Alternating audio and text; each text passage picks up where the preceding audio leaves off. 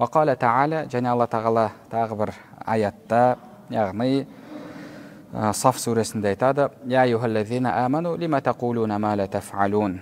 Уа иман келтіргендер, неге өздерің істемейтін нәрсені айтасыңдар деді.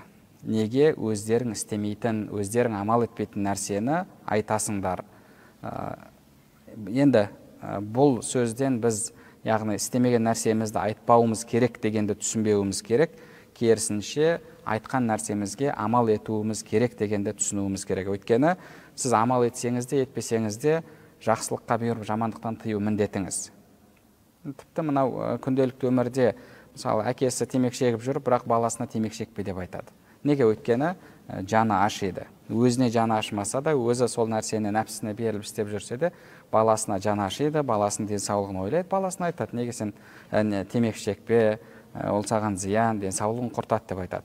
Тура сол секілді сізде жалпы алдыңызда екі міндет бар. Біріншісі айтқан нәрсеңізге амал ету, екіншісі адамдарды шақыру. Адамдарды жақсылыққа шақыру, жамандықтан тыю. Енді екі міндетті бірдей орындауыңыз керек. Адамдарды шақырып өзіңіз тастап қоюыңызға болмайды. Өзім амал етемін, толық амал етпейінше адамдарды шақырмаймын деген де болмайды. Яғни екеуі бірге болуы керек.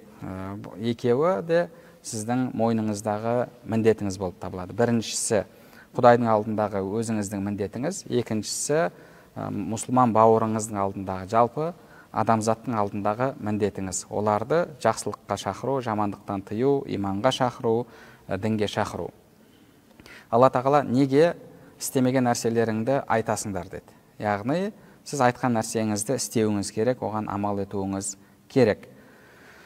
Енді бір адам амал етпей жүріп шақыратын болса, біз оны тыңдауымыз керек пе, тыңдамауымыз керек пе? Ғұламаларымыз айтады, тыңдауға міндеттісіз дейді. Тыңдауға міндеттісіз. Мысалы, бір адам яғни ескертсе басқаларға, 50 метр жерде мысалы жол, көпір үзілген, құлап кетесің деп адамдарға ескертіп, бірақ өзі құлап кететін болса, ол сізге артынан барып құлап кетуге құқық береді ме?